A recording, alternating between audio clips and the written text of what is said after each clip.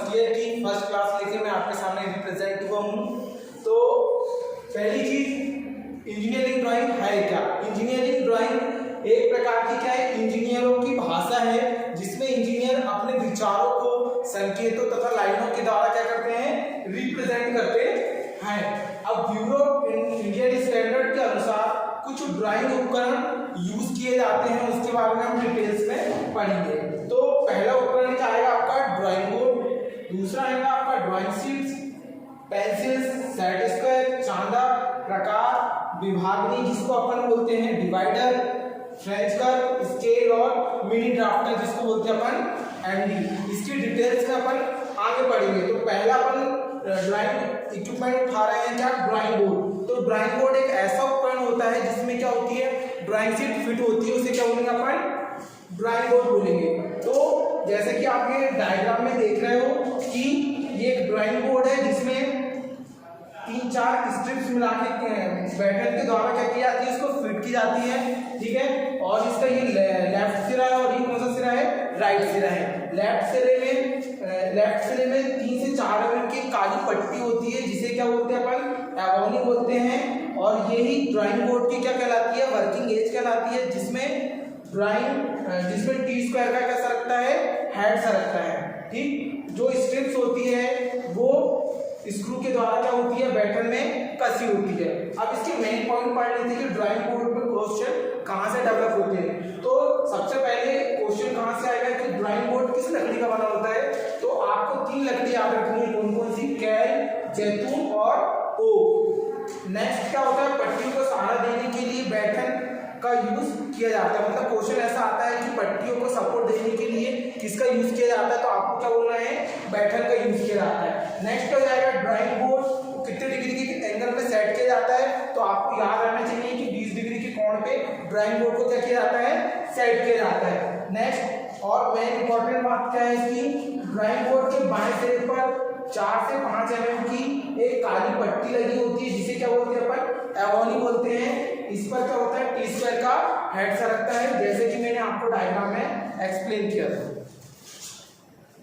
जैसे कि हम ड्राइंग बोर्ड पढ़ रहे थे, तो अब ड्राइंग बोर्ड के आगे क्या पढ़ेंगे अपन, BIS के अनुसार ड्राइंग बोर्ड की कुछ क्या दी गई है, साइज दिए गए हैं जिसको अपन पढ़ेंगे। तो पहली चीज की ड्राइंग बोर्ड का साइज लिया कैसे जाता है। तो ड्राइंग बोर्ड का साइज हमेशा कैसे लिया जाता है, लंबाई, चौड़ाई और कहीं लिया जाता है, मोटाई में। ड्राइंग बोर्ड में 3 डायमेंशन होती है, क्या होती है, लंबाई, चौड़ाई और मोटाई। और ये सारी काइमें ली जाती है, मिलीमीटर में ली जाती है। तो अब आपको सबसे पहले मापे याद करने की, मापे किस तरीके से याद करेंगे, मैं जैसा बता रहा हूँ आपको भी वैसे रिवाइज करना है। क्या करना है, 1500, 1000, 1000, 700, 700, 500, 500 और 350। पहले आपको लंबाई और चौड़ाई याद करनी है और फिर लास्ट में आप क्या याद रखना, ऊपर कॉमन में 225 है और नीचे कॉमन में क्या है, 215। एक बार फिर से रिवाइज कर लेते हैं, क्या 1500, 1000, 1000, 700, 700, 500, 500, 350, ऊपर 225 और नीचे 215। अब बात करें कि जो उसका डेजिग्नेशन है या पद है वो किस तरीके से हम फाइंड करेंगे। तो ड्राइंग बोर्ड स्टार्ट कैसे होता है, डी से स्टार्ट होता है, तो इसको क्या बोलेंगे अपन, D0 या D0। D0 का साइड किया जाएगा 1500, 1000 और 25 mm, ठीक। फिर क्या जाएगा D1 का साइड जाएगा 1500, 700, 25। D2 का जाएगा 700, 500, 15 और D3 का जाएगा 500, 350 और 15। मतलब ये अलग अलग टुकड़ों में याद करेंगे तो बहुत जल्दी हमको याद हो जाएगा।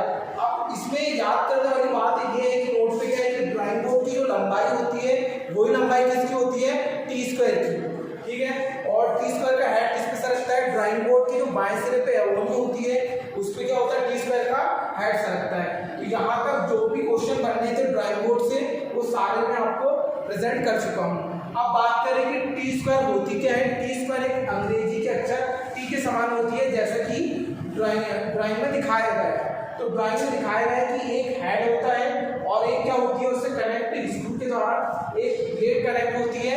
इन दोनों के बीच कितने डिग्री का कोण होता है, ये 90 डिग्री का कोण होता है। तो क्वेश्चन क्या आता है कि टी स्क्वायर का हेड और ब्लेड के बीच का कोण कितने डिग्री डिग्री का होता है, तो आपको हमेशा याद रखना है कितने डिग्री का होता है, 90 डिग्री का होता है। फिर इसका नेक्स्ट बात क्या आती है कि टी स्क्वायर के भाग कौन कौन से होते हैं, तो आपको याद रखना है कि टी स्क्वायर का भाग क्या हो जाएगा, हेड हो जाएगा, और दूसरी हो जाएगा ब्लेड। और मेन पॉइंट क्या है कि टी स्क्वायर उस लकड़ी की बनी होती है, तो आपको ये याद रखना है कि कौन सी लकड़ी बनी होती है, सागवान की बनी होती है। और जो ऊपरी भाग होता है यहाँ पे अपन क्या चलाते हैं, पेंसिल चलाते हैं, इसीलिए इसे क्या बोलते हैं अपन, कार्यकारी कोर बोलते हैं।